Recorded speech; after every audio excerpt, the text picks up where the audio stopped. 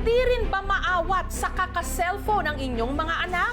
Titigang maigi ang nangyari sa batang ito na habang abala sa paglalaro ng mobile game sa kanyang cellphone, bigla na lang tumirik ang mga mata.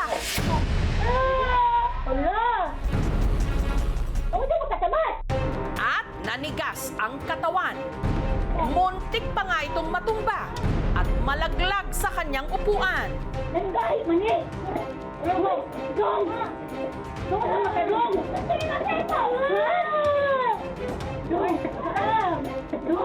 Ilang saglit pa ang bata, tuluyan ng nangisay.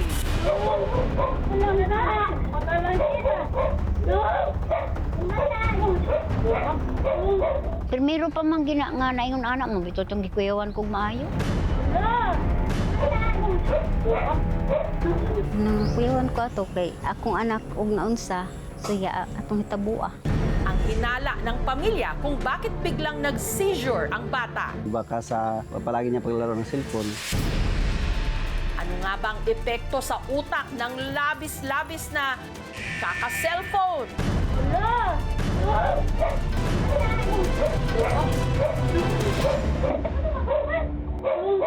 Ang insidente nangyari kamakailan sa Danao, sa Cebu. Nung mga oras na yon, mahigit 3 oras na raw na walang tigil na naglalaro ng mobile games ang 11 anyos na anak ni J. Lonnie na si Jeniel. Pagmatan ako sa alas 5 sa buntag, wa na akong cellphone kay gikuha na ni Tamas kay nagduwa na siya sugod diha sa pikas. Gikan mi ana sa simbahan. Pagkaman ako dito ili sa amo, ning ari ko diri sa bahay sa kong anak. Ning kuanan ko na siya nga nag cellphone.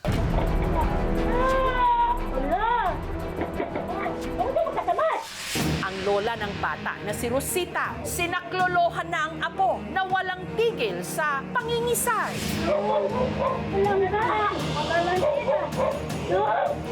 Nagsisigawan ang aking ina na nahibunggay kong kinsa ang gitabang atong higayuna. Nahibong naman ko nga pagkuan ako sa bata nga misulya pag may mata. Nilabong kayo ang iyang mga bilas ng iyang naong. Ang kanang iyang kamot ang gahi og maayo. Bisag unsaon ako og kuan nga maulian ang iyang kamot, gahi lang gid gihapon kaayo.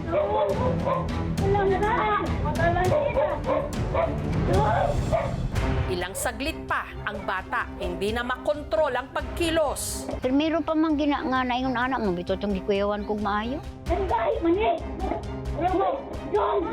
Nang kuyawan ko ato kay akong anak og naunsa, suya atong hitabua. Hindi po namin alam kung anong gagawin. First time lang po kasi yan sa aming pamilya na mayroong ganong pangyayari. Ang natataranta na noong si Rosita, inalog-alog ang ulo ng apo.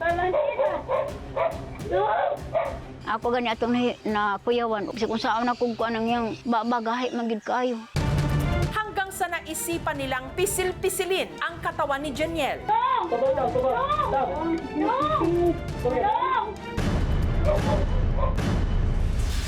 Makalipas ang ilang minuto,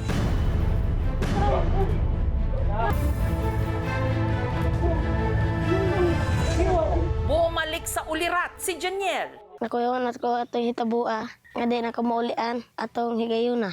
Pero bakit nga ba parang kinumbulsyon si Jeniel? Ang doda namin, baka sa palagi niya paglalaro ng cellphone. Wa man gina makuha nga ingon ana. Wa man na siya na ingon ana, wa pa siya nagsigig cellphone. Katong adlaw ako klase, kaya pagmata na ko, nagduwa na kong cellphone. Hantod to. Katong nagduwa ko, kalatlag kong kalipong, kalatlag kawa akong pananaw. Mong nakuyapan ko, ato. Agad siyang ipinakonsulta sa doktor. Wala naman akong nakitang any abnormality sa brain. So, essentially normal siya except for the sinusitis. Aminado si J. Lonnie na ang anak niyang si Jeniel araw-araw babad sa kaka-cellphone. Kapag walang klase, mula umaga hanggang sa hapon, hinto lang po siya kapag kumakain.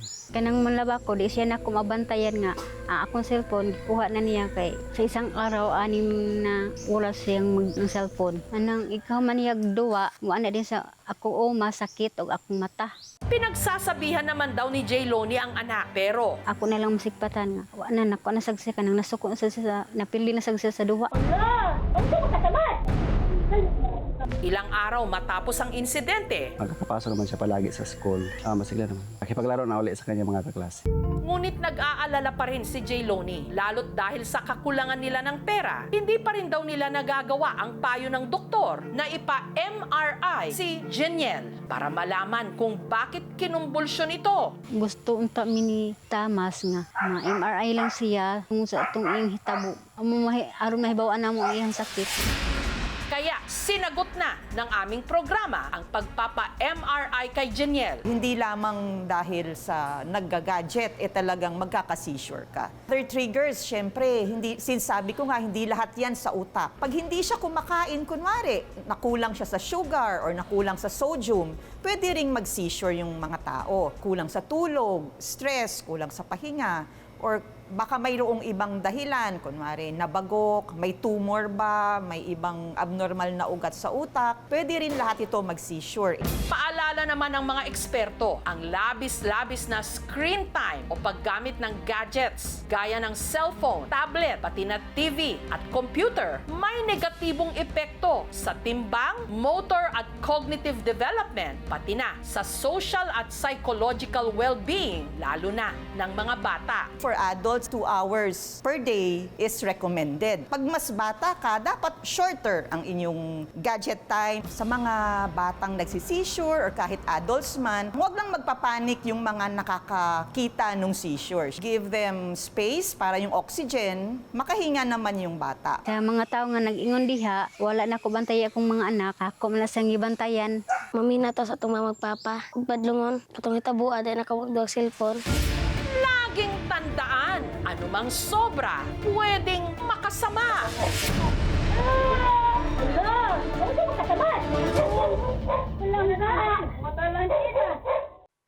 Thank you for watching, mga kapuso. Kung nagustuhan niyo po ang videong ito, subscribe na sa GMA Public Affairs YouTube channel. And don't forget to hit the bell button for our latest updates.